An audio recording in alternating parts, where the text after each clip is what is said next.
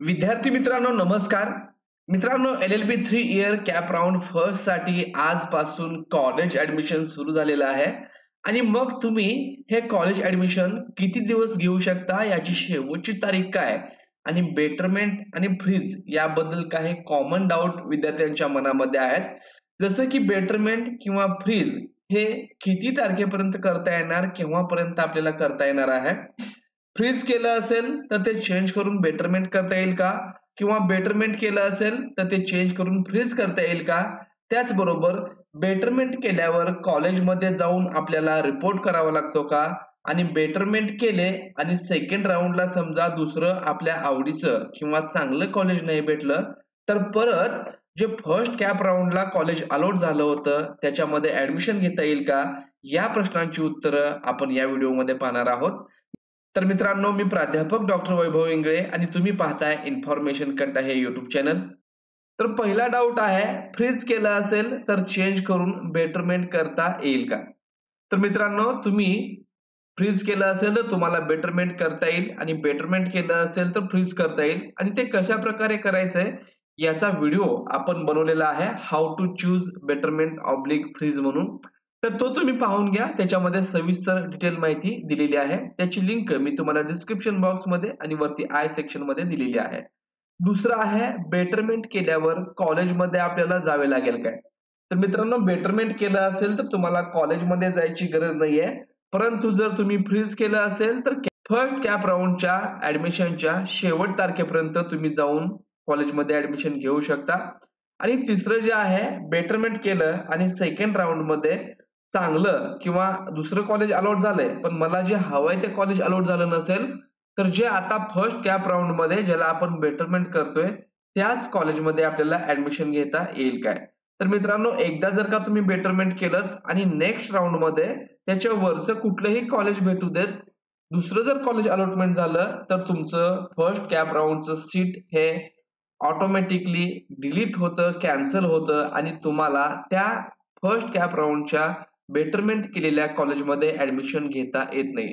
पण second round मध्ये तुम्हाला दुसरं कोणतंच कॉलेज अलॉट नाही झालं तर मात्र हे कॉलेज रिझर्व्ह राहतं आणि या कॉलेजला तुम्हाला सेकंड कॅप राउंड मध्ये ऍडमिशन घेता येतं.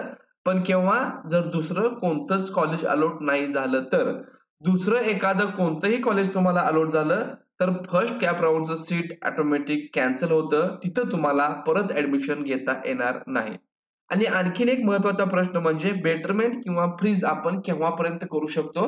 तर मित्रांनो, फर्स्ट कॅप राउंडची जी ऍडमिशनची लास्ट डेट आहे त्या लास्ट डेट पर्यंत तुम्ही केव्हाही बेटरमेंट करू शकता आणि फ्रीज करू शकता.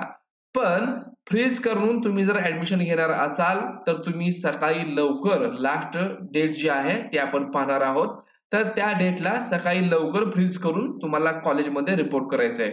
तुम्ही जर त्या दिवशी संध्याकाळी फ्रीज केलं तर त्याचा काही उपयोग होणार नाहीये, कारण फ्रीज केल्यानंतर तुम्हाला कॉलेजमध्ये जाऊन ऍडमिशन घ्यावं लागणार आहे. तर आता आपण पाहूया की हे ऍडमिशन किती दिवस चालणार आहे आणि ऍडमिशनची शेवट तारीख किती आहे. मित्रांनो, त्यासाठी आपल्याला कॅप शेड्यूल पाहावं लागेल आणि कॅप शेड्यूल मध्ये या सर्वांची माहिती दिलेली आहे. तुम्ही इथे जर पाहत असाल तर 11/8/2025 ते 13/8/2025 असा जो कालावधी आहे तो candidate report to allotted college and seek admission for round first.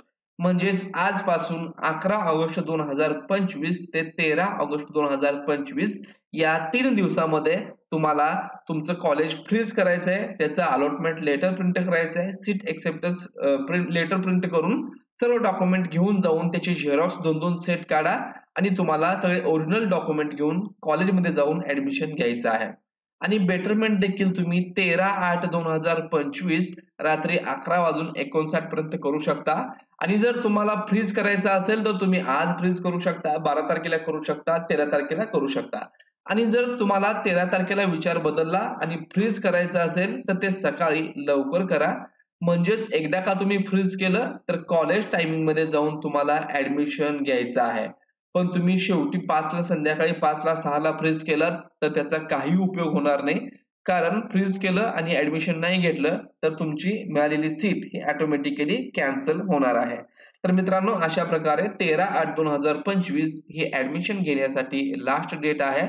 त्याच्या पुढे काय प्रोसेस असणार आहे ते आपण नेक्स्ट व्हिडिओमध्ये पाहूयात. त्यासाठी चॅनलला सबस्क्राईब करा, बेल आयकॉनला प्रेस करा. असेच नवीन माहितीपूर्ण व्हिडिओ तुम्हाला मिळत राहतील. धन्यवाद.